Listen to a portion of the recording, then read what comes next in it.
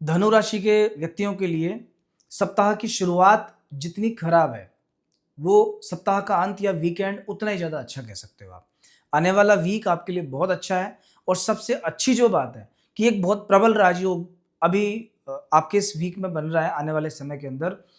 पाराशरी ज्योतिष में स्पेशली लघु पाराशरी में कहा है कि अगर नवमेश पंचम में चले जाए, मतलब एक त्रिकोण का स्वामी दूसरे केंद्र या त्रिकोण में चले जाए, तो वो बहुत बड़ा राजयोग होता है। आपकी इस राशिफल के अनुसार, आपकी राशि के अनुसार धनु राशि से नवम भाव के स्वामी होते हैं सूर्य, और सूर्यदेव पंचम भाव में मेष राशि में मतलब एक नंबर पे भी चल रहे हैं। दो चीजें बहुत बढ़िया हैं। पहली बात तो नवमेश का पंचम में होना, और दूसरी बात सूर्य का उच्च राशि में होना, ये बहुत अच्छी बात है। अच्छा, क्या फल मिलेगा आपको इससे, क्या चेंज आपकी लाइफ में आएंगे, उस पर चर्चा कर लेते हैं। देखिए, एक तो इस समय क्या है कि आपका भाग्य काम कर रहा है, मतलब सडन कहीं से आर्थिक धन प्राप्ति के योग बन सकते हैं। अचानक कहीं से रुका हुआ अटका हुआ पैसा आपके सामने आ सकता है।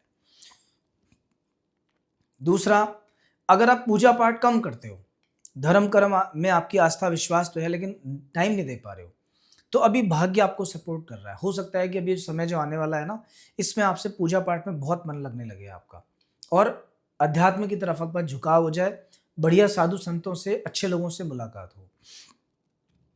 तो 4 तारीख से 10 तारीख के बीच में ध्यान रखना, किसी अच्छे स्थान की यात्रा हो सकती है, धार्मिक स्थान की यात्रा हो सकती है, साधु संत या किसी बहुत अच्छे मंदिर या ऐसे स्पिरिचुअल स्थान पे जाने का मौका आपको मिल सकता है। अगर ऐसा होता है, बिल्कुल भी नहीं छोड़ना है आपको, तुरंत एक्सेप्ट कर लेना है।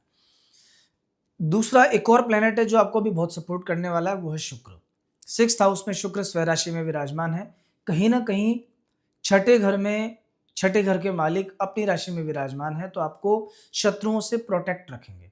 हालांकि 6th हाउस में शुक्र काल पुरुष की राशि में, नीच राशि में होता है, लेकिन यहाँ स्व राशि में गोचर में भी आए हैं, तो शत्रु पक्ष जो पीड़ा आपको पहुंचा रहा था, ऑफिस में बैकबाइटिंग हो रही थी, कुछ लोग परेशान करने का प्रयास कर रहे थे, उन सब चीजों से थोड़ी सी रिलीफ आपको अभी मिलेगी। पंचम भाव, जहां मैंने आपको बताया कि सूर्य अभी उच्च राशि में विराजमान है, वहां बुध और सूर्य का संयोग हो रहा है। और बुध कौन है? बुध आपकी राशि के अनुसार सप्तमेश और दशमेश है, 7वें घर के और 10वें घर के मालिक, मतलब व्यापार के या कर्म भाव के मालिक का पंचम भाव में उच्च राशि के सूर्य के साथ बैठ जाना, ये एक प्रकार का विशेष राजयोग है, क्योंकि केंद्र प्लस त्रिकोण, इन दोनों के भाव के स्वामी का संयोग हो रहा है। फल क्या मिलेगा? व्यापार से विशेष लाभ मिल सकता है इस समय आपको, कहीं से कोई प्रॉफिटेबल काम हो सकता है, पत्नी या जो भी लाइफ पार्टनर है आपके, जीवन साथी के भाग्य का बेनिफिट आपको मिल सकता है। लाइफ पार्टनर के संबंध में अच्छा समाचार, उनकी ग्रोथ, उनको नौकरी में अच्छा फायदा, ये सब भी चीजें देखने को मिल सकती हैं आपको। अगर आप पार्टनरशिप में काम कर सकते हो, तो दूसरे व्यक्ति के भाग्य से आपको लाभ होगा, पार्टनर के भाग्य से। अभी देखिए, सब कुछ अच्छा ही अच्छा नहीं होता है, बुरा भी होता है। बुरा क्या है? इस समय पर प्रेजेंट की अगर मैं बात करूं, तो मंगल और शनि का जो चतुर्थ भाव में योग है, ये बहुत बुरा है। क्या फल होता है इसका? इसका फल ये होता है कि चतुर्थ भाव है सुख का भाव। सुख के भाव में जब दुख का ग्रह बैठ जाता है, मतलब शनि, तो पहली बात तो ढैया बना दिया चतुर्थ इसने। दूसरा, मंगल ने और आके इसमें सपोर्ट कर दिया।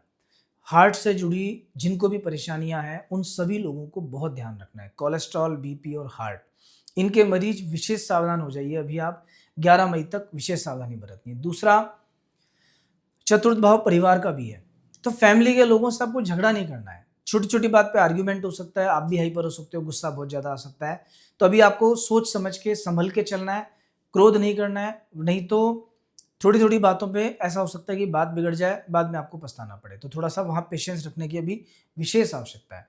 पिता के स्वास्थ्य से जुड़ी थोड़ी समस्याएं सामने आ सकती हैं, क्योंकि दो पाप ग्रहों का एक साथ दशम भाव पे दृष्टि संबंध हो रहा है। तो करना क्या है? पिता के स्वास्थ्य का ध्यान रखना है और भगवान से प्रार्थना करनी कि वो बिल्कुल स्वस्थ रहें। अगर आप मंगल और शनि का उपाय करते हो, तो इसका लाभ आपके पिताजी को भी मिलेगा। उपाय क्या करना है, उपाय के बारे में चर्चा हम करेंगे अभी थोड़ी देर बाद में। पहले एक बार हम 7 डेज का हिसाब किताब लगाएंगे, वो 7 दिन कैसे हैं। तो उपाय के लिए कंटिन्यू आपको बने रहना पड़ेगा। अभी बेसिकली एक दो प्लेनेट और है जिनकी मैं बात कर लेता हूँ। राहु 3rd हाउस में, मेहनत हिम्मत में कोई कमी नहीं है, स्ट्रगल आप करने की क्षमता रखते हो, मेहनत बहुत कर रहे हो, बेनिफिट मिलेगा, बस थोड़ा सा पेशेंस रखो आप। इधर बृहस्पति 7th भाव में व्यापार को लेकर कुछ अच्छा योग बना रहे हैं, मतलब आपको अभी जमीन मकान प्रॉपर्टी से जुड़े किसी भी व्यापार में इन्वेस्टमेंट करना चाहिए। बहुत लंबे समय से अगर आप जमीन खरीदना चाहते हो, नहीं मिल पाई है, अभी भी आपके पास चांस है, 1-2 महीना प्रयास करो, कहीं ना कहीं से अच्छा फल देखने को मिलेगा, अच्छा रिजल्ट आपके सामने आएगा। तो दोस्तों, अब हम बात करेंगे आने वाले 7 डेज की, लेकिन पहले मैं एक चीज़ आपको क्लियर कर देता हूँ। बहुत से लोगों की शिकायत रहती है कि भाई आपने जो बताया हमारे साथ नहीं हो रहा, और कुछ लोग थैंक यू करते हैं, पॉजिटिव कमेंट करते हैं कि जैसा आपने बताया वैसा वैसा सब हो गया। इसका रीज़न क्या है? इसके पीछे एक बेसिक रीज़न है जो आपको समझना पड़ेगा। देखिए, ये राशिफल है, बहुत से लोगों पे अप्लाई होता है, इंडिविजुअली आपका ऐसा नहीं है कि केवल राशिफल से ही सब कुछ हो जाएगा। क्योंकि राशि तो मैंने आपको बता दी, लेकिन आपका लग्न कौन-सा है, आपको दशा क्या चल रही है, बाकी प्लैनेट्स कैसे हैं, उस पे भी सब डिपेंड करता है। तो राशिफल को समझने से पहले 2 चीज़ों को समझना कि अभी मुख्य ग्रह जैसे मैंने आपको बताया शुक्र और सूर्य, ये 2 ग्रह अच्छा फल दे रहे हैं। लेकिन सबसे पहले देखो कि आपकी जन्म पत्रिका में शुक्र और सूर्य कितने डिग्री पर है।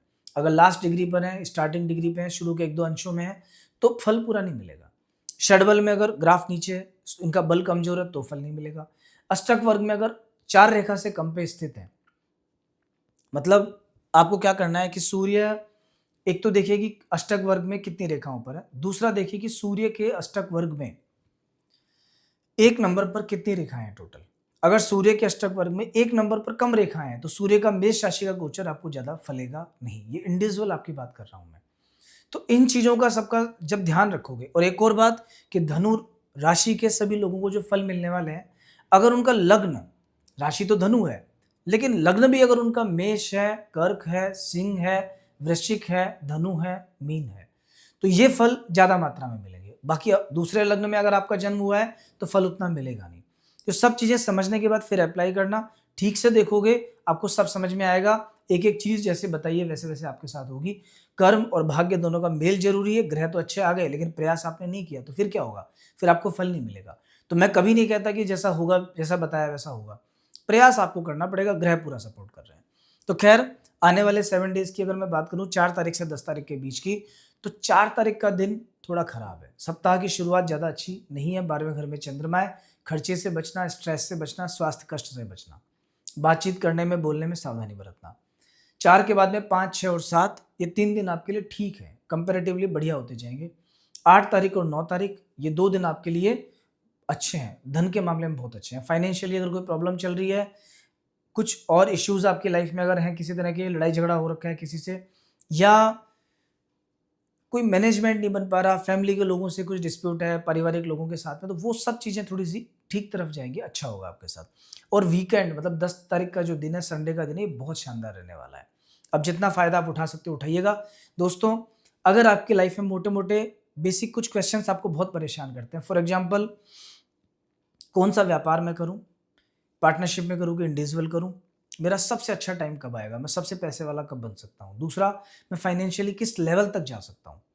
या फिर ये जो आप प्रयास करते हो पर फिर भी सफलता नहीं मिलती, इसके पीछे कारण क्या है? ऐसी कौन-सी समस्या है कि जो आपको रोकती है? आप चाहते बहुत कुछ हो करना पर नहीं कर पा रहे, ऐसा क्या कारण है इसका? तो इन सब प्रश्नों का उत्तर आपकी कुंडली में छिपा हुआ है। अगर आप चाहते हैं तो उसके लिए आपको अपना हॉरोस्कोप दिए गए नंबरों पे आप हमारे यहाँ कंसल्ट कर सकते हैं, दिखवा सकते हैं, सारी चीज़ें एकदम क्रिस्टल क्लीन आपको समझ में आ जाएँगी। तो नेक्स्ट वीक हम फिर मिलेंगे नए राशिफल के साथ में, लेकिन अगर आप फर्स्ट टाइम आए हो तो प्लीज़ फॉरवर्ड कीजिए, लाइक कीजिए, सब्सक्राइब कीजिए, अपने दोस्तों के साथ शेयर कीजिए। जय श्री राम।